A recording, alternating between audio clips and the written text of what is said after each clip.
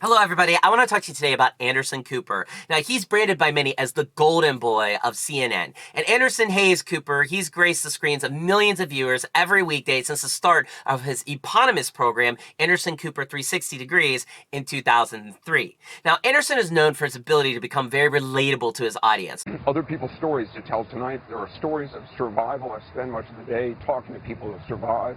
Rather than portray like this know-it-all persona that you see often in journalism. Wearing his heart on his sleeve, he's never shied away from showing off his emotions on screen, and though he has never sat even once in a journalism class, this man is known to have set standards for his journalism.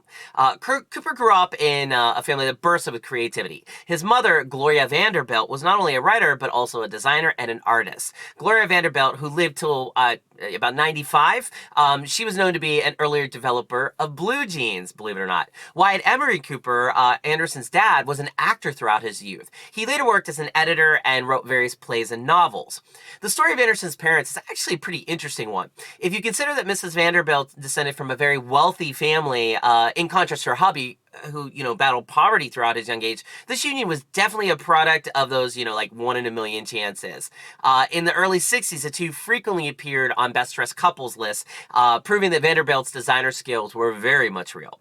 Anderson's dad suffered from heart disease, and that eventually took toll of him in the late 70s. After going through many surgeries, he actually died of a cardiac operation in 1978, 10 years following Anderson's birthday, which was June 3rd, 1967.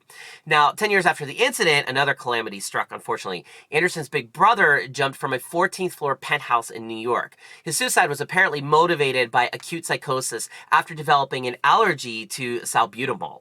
When he cleared high school, young Anderson went on many adventures in Africa, but this was cut short by a malarial attack. He had to be hospitalized in Kenya shortly before being transferred back home. So he would return to Africa 7 years later, but meanwhile he registered for Yale and went to pursue a degree there in political science. After graduating in 1989, Anderson worked as a fact checker for Channel One, which is like a youth broadcaster agency. He had earlier tried to apply for a telephone operator job at ABC, but without much success. Still at Channel One, he used a forged press pass to move there actually, which actually Burma is now Myanmar, to observe like the widespread students' unrest that was going on at that time. He then spent a year in Vietnam before starting his many travels across Africa's war-torn regions. In 1995, he finally got to work with ABC, first as a correspondent, but then as an overnight news co-anchor in 1999. In 2000, he hosted the game show The Mole on ABC, and after hosting the game show for 2 seasons, he left for CNN in 2001. He started hosting Anderson Cooper 360 on September 8th, 2003, after making appearances in various CNN programs. And he also does as well, he contributes to CBS's 60 Minutes. But while at CNN, Anderson Cooper covered news like the tsunami in Sri Lanka, the royal wedding of Prince Charles and Camille Parker Bowles, the Cedar Revolution in Beirut, and Hurricane Katrina, just to name a few of the things he's been involved with.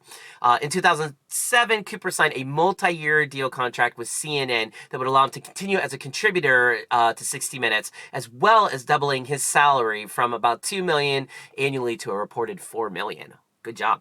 Anderson Cooper's net worth now is estimated to be as close as $200 million or so.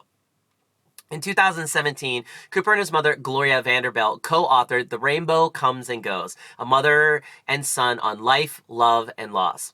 Compiled from it was compiled from a very series of emails and stuff. The memoir recounts their shared past and Vanderbilt's tumultuous childhood. Cooper said his goal in writing this book and correspondence was to leave nothing left unsaid between the pair. It got prominence on multiple bestseller lists the year of its publication. Anderson Cooper is openly gay, and he is the most prominent openly gay journalist out there today on American television. Apple CEO Tim Cook actually turned to Cooper for advice before he subsequently made the decision to come out publicly and talk about the fact that he is also gay. Anderson Cooper split with his longtime boyfriend, Benjamin Maisani, in 2018. On April 30th, 2020, Cooper announced the birth of his son, Wyatt Morgan, by a surrogate on April 27th. Though Cooper and Maisani are no longer romantically involved, the pair plan to co-parent. And Wyatt is named after Cooper's late father, Wyatt Cooper, and his middle name is derived from the Vanderbilt side of his family. So there you go, guys. That's this deal on Anderson Cooper. Hopefully you enjoyed it. Thank you. Bye-bye. Did you find this video helpful? If yes, please hit the like button. Subscribe to our channel for more videos like this, and press the bell icon for new videos.